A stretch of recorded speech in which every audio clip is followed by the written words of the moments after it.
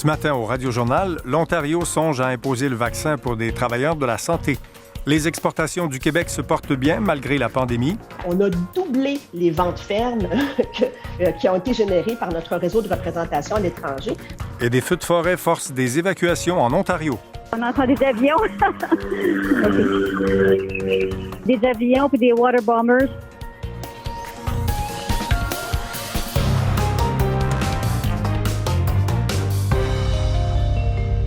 Bonjour, ici Bruno Larose. La question de la vaccination obligatoire pour les employés du réseau de la santé est sur toutes les lèvres depuis que la France est allée de l'avant avec une telle mesure. En Ontario, CBC a mis la main sur un document provincial qui se penche justement sur le sujet. Marianne Dupuis, est-ce que le gouvernement Ford envisage d'imposer la vaccination pour certains emplois? Bien, le document, en fait, porte un peu à confusion puisqu'il fait souvent référence à la vaccination obligatoire pour les travailleurs plus à risque de contracter la COVID-19, mais c'est pas tout à fait ça. La politique recommandée au gouvernement Ford n'oblige personne à se faire vacciner. Plutôt, les conditions de travail pourraient être différentes pour les travailleurs de la santé, dépendamment de leur statut vaccinal. Alors, ceux qui ne sont pas vaccinés pourraient, par exemple, devoir se soumettre à des tests de dépistage fréquents et ils seraient contraints de porter un équipement de protection individuelle complet pour pouvoir être entrés en contact avec des patients. Ce qui est finalement une approche similaire à ce qui est adopté au Québec. Et entre-temps, Marianne, des employeurs demandent au gouvernement ontarien de fournir des règles claires sur la vaccination des travailleurs. Ils veulent savoir s'ils peuvent exiger que leurs employés soient entièrement vaccinés et s'ils peuvent leur demander une preuve de vaccination. Pour le moment, en Ontario, mais même un peu partout au pays, il n'y a pas de règles claires à ce sujet-là. Et le gouvernement Ford devrait donc apporter des précisions et clarifier le contenu du document obtenu par CBC. Des fonctionnaires provinciaux ont toutefois précisé que le personnel du ministère rédige souvent de tels documents avec des recommandations, mais c'est ensuite, bien sûr, au gouvernement de prendre les décisions et de décider ou non d'aller de l'avant avec ces recommandations. Merci, Marianne. Merci. COVID-19, toujours, décidément, le sujet divise. Contrairement au Québec, le Nouveau-Brunswick ne veut rien entendre d'un passeport vaccinal, du moins pour l'instant. La ministre de la Santé néo-brunswickoise l'a confirmé lors de sa plus récente mise à jour sur la vaccination. Voici là-dessus les précisions de Michel Corriveau. Les provinces canadiennes sont libres d'imposer ou non un passeport vaccinal. Au Québec, les personnes vaccinées disposeront d'un tel passeport dès le mois de septembre. Il permettra d'éviter le confinement de masse advenant une quatrième vague. L'Alberta a déjà rejeté cette idée. Au Nouveau-Brunswick, la ministre de la Santé, Dorothée Shepherd, rejette aussi l'idée d'un passeport vaccinal. To my knowledge, the province of New Brunswick is not considering a domestic passport for vaccines. Vu le succès des campagnes de vaccination, selon elle, ailleurs au pays, un passeport vaccinal n'est pas nécessaire pour se déplacer à l'intérieur des frontières du Canada. I think that we can do without a vaccine passport on a domestic level. Mais la ministre recommande tout de même aux citoyens de conserver une preuve de vaccination sur eux quand ils se déplacent d'une province à l'autre. I think it's prudent to keep your vaccine certificates with you. On recommande aussi de prendre en photo ce certificat en cas de perte. Il sera aussi possible, d'ici la fin du mois de juillet, d'avoir accès à son dossier de vaccination personnelle en ligne. Il suffira de s'inscrire sur le portail Ma Santé NB. Ici Michel Corriveau, Radio-Canada, Fredericton. Au Québec, fini le passage par une clinique d'évaluation avant de rencontrer votre médecin de famille. Même si vous présentez des symptômes de la COVID-19, vous pourrez rentrer directement dans son cabinet. Gabriel Proulx s'est penché sur le sujet. Gabriel, l'objectif par ricochet, c'est de désengorger les salles d'urgence des hôpitaux. Un nez qui coule ou une toux sèche n'empêcheront plus un patient d'aller consulter son médecin de famille. C'est qu'auparavant, ces patients dits symptomatiques étaient dirigés vers des cliniques d'évaluation. C'était une étape préliminaire avant de pouvoir rencontrer son médecin. L'attente était longue et pouvait s'étendre jusqu'à 3 jours. Donc, plusieurs de ces patients s'étaient donc tournés vers les urgences qui, comme on le sait, sont débordées partout dans la province.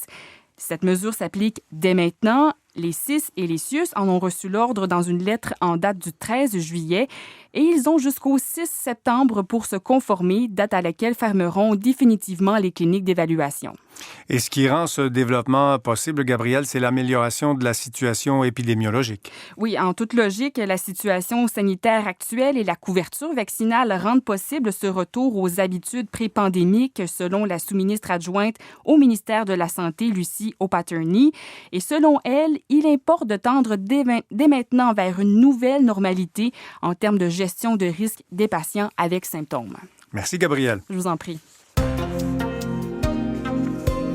Parlons d'économie. Durant la dernière année, la façon de faire des échanges commerciaux à l'international a été bousculée.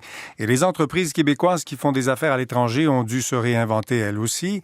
Le pari semble réussi puisque, malgré tout, les exportations de la province ont augmenté.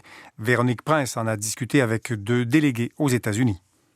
70% des exportations québécoises sont destinées aux États-Unis. Martine Hébert était déléguée du Québec à Chicago quand la pandémie a frappé. Mais personne ne pouvait prédire ce qui allait arriver. Puis vous savez qu'en affaires, la prévisibilité, c'est une chose qui est très importante. Sa collègue de New York, Catherine Loubier, a dû, elle aussi, repenser son approche auprès des acheteurs américains pour que les entreprises québécoises puissent tirer leur épingle du jeu pendant la crise. On s'est aperçu que dans les produits médicaux, on avait une offre importante et on a réussi aussi à être très agile pour transformer certaines usines dans la fabrication de produits liés à la COVID. 1 an après le début de la pandémie, le Québec aura réussi à augmenter ses exportations de marchandises de 12 % entre les mois de janvier et avril, une hausse d'environ 31 milliards de dollars, estime Martine Hébert. On a doublé les ventes fermes qui ont été générées par notre réseau de représentation à l'étranger. Mais l'automne ne sera pas de tout repos, pense Catherine Loubier. Je vois l'automne comme un moment où nos entrepreneurs devront faire l'effort de traverser la frontière et aller occuper le territoire. Le Québec a organisé des mini-missions économiques virtuelles pour jumeler des acheteurs potentiels avec des entreprises québécoises ciblées. Une formule qui a fait ses preuves au pire de la pandémie et qui pourra se répéter si une 4e vague crée des remous. Ici Véronique Prince, Radio-Canada, Québec. Allons dans l'Ouest. Plus de 300 feux de forêt brûlent toujours en Colombie-Britannique, dont une quarantaine se sont déclarés durant les dernières 48 heures. Plus de 1500 familles ont reçu l'ordre d'évacuer dans le district régional de Caribou et des dizaines d'autres s'apprêtent à quitter celui de Thompson-Nicolas. En Ontario aussi, les flammes s'approchent dangereusement de certaines municipalités et forcent l'évacuation de plusieurs communautés. Reportage Juliane Lamoureux. On entend des avions. Comme tout le monde, Michelle Alderton surveille la situation. Le feu de forêt le plus près est à environ 30 km de Red Lake où elle habite. Alors, si les autorités nous disent c'est temps de partir, on part. Ce genre de situation, elle connaît. Elle a dû évacuer sa maison 2 fois dans le passé en raison de tels incendies. En ce moment, les feux se comptent par dizaines dans le nord-ouest de l'Ontario. Des centaines d'Ontariens ont d'ailleurs déjà dû quitter leur résidence au cours des derniers jours, comme ceux des communautés de Poplar Hill, Deer Lake ou Pikangikum. Cochrane est un des endroits qui les accueille, même en temps de pandémie, comme l'explique Richard Vallée, le coordonnateur des services de protection de la ville. On est encore en dessous des conditions de COVID. D'habitude, on les donne à manger au Event Center qu'on a. Mais là, comme c'est là, ils vont tous se faire amener du shampoo, n'importe quoi, on les amène direct à leur chambre. Le ministère des Richesses naturelles et forêts de l'Ontario a promulgué un décret d'urgence pour être prêt à réagir si les choses se détériorent, s'il faut mettre en place des restrictions ou fermer des routes, dit le ministre Greg Rickford. Pour permettre la circulation des travailleurs qui sont impliqués dans le processus d'évacuer. Avec le temps sec et chaud et le peu de précipitations prévues au cours des prochains jours, la situation demeure inquiétante. Ici Juliane Lamoureux, Radio-Canada, Toronto. À l'étranger, des personnes retrouvées mortes dans des caves inondées, des dizaines d'autres juchées sur leurs toits dans l'espoir d'être évacuées par hélicoptère. Des crues soudaines survenues en pleine nuit ont fait au moins 19 morts et des dizaines de disparus dans l'ouest de l'Allemagne. Des pluies diluviennes qui ont fait gonfler les rivières ont arraché des arbres, inondé des maisons et provoqué d'importantes pannes d'électricité. Le Luxembourg et la Belgique se sont également réveillés sous l'eau, notamment à Liège, où au moins 3 personnes sont mortes en raison des crues.